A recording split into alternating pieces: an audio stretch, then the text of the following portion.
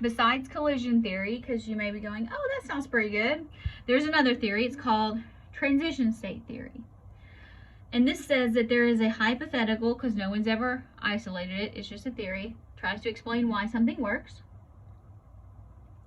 This says this hypothetical activated complex exists very briefly, transiently if you will, as the transition from reactants to products as the reaction's going. And that this activated complex, known as the transition state, is actually reversible. So let's take our same reaction here, where we have our nitrogen there. This says it's going to form a kind of state that's in between these. So it's going to form nitrogen, nitrogen. This oxygen is breaking away, but it's not yet formed there. And then it can go all the way to products.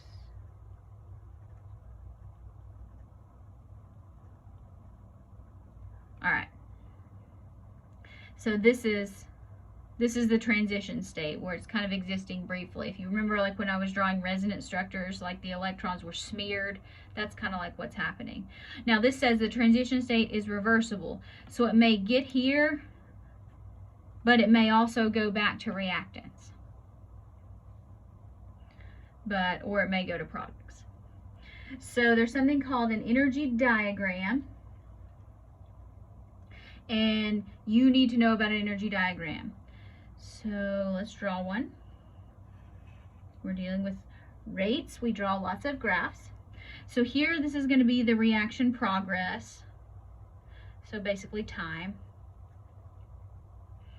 And since it's an energy diagram, this is energy, usually going to be in kilojoules. So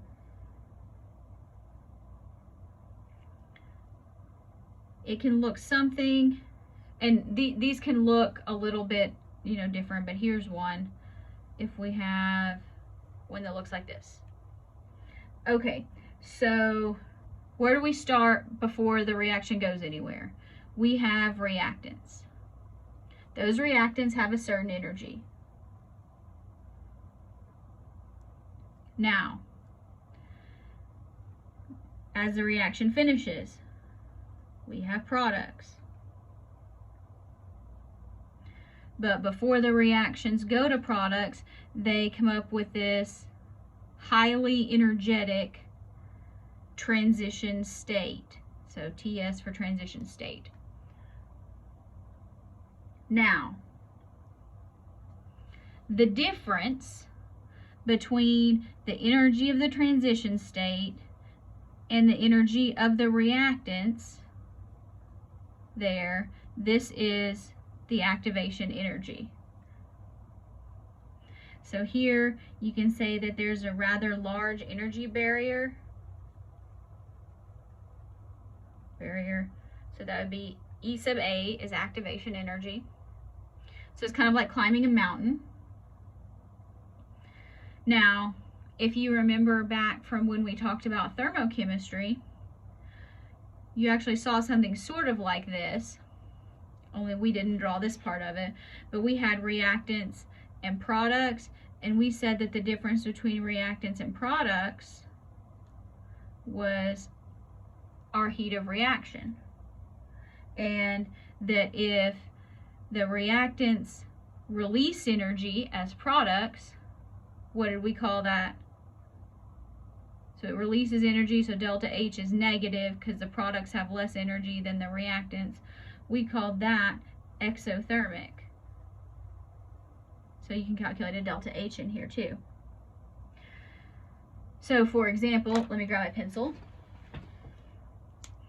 If we were looking at the reverse reaction, so if we wanted to go back the other way, so make the products go back to reactants, Look how big this reverse activation energy is. Ooh. And so then the reaction would be endothermic.